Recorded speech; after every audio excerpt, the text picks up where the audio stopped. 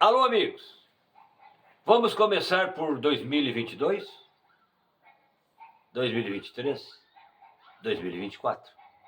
Por que 2022? Porque em 2022, no Beira-Rio, o Inter foi eliminado pelo Melgar. Pode? Alguém conhece? De vista. Já ouviu falar? Nada mais.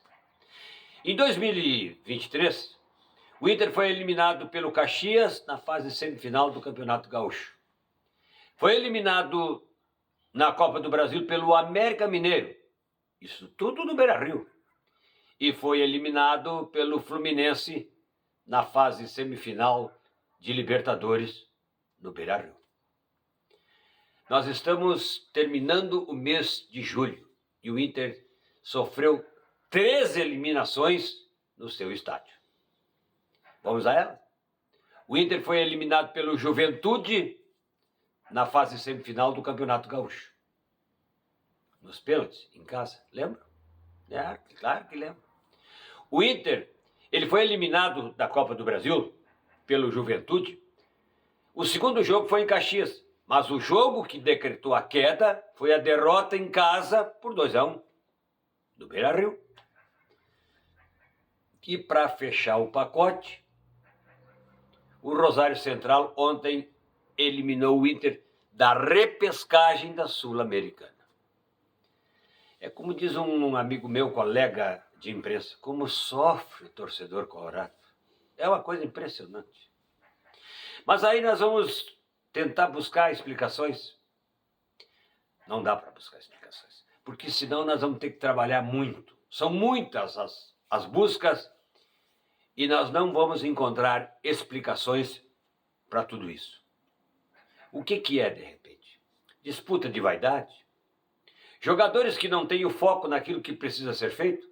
Porque uma coisa é o seguinte, o Inter voltou para o Beira-Rio depois da catástrofe e não venceu ainda em casa. Perdeu para o Vasco, perdeu para o Juventude e empatou com o Rosário Central. Não consegue desempenhar, não tem desempenho.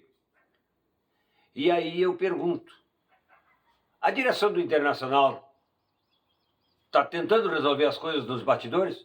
Eu até acho que está.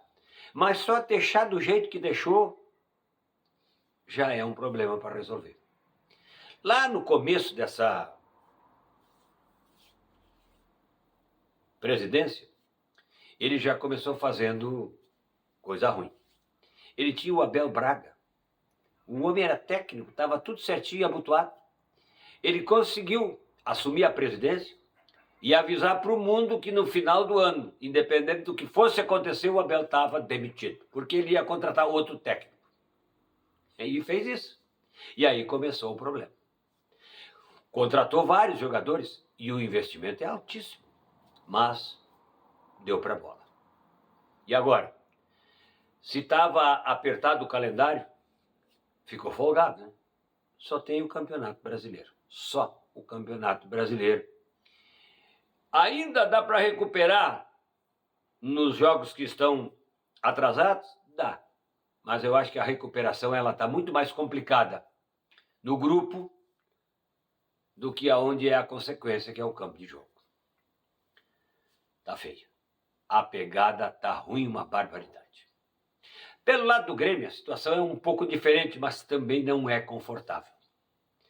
Porque o Grêmio está na zona do rebaixamento. Tivesse, de repente, 2, 3 pontos acima desta matemática, estava tudo dentro dos conformes.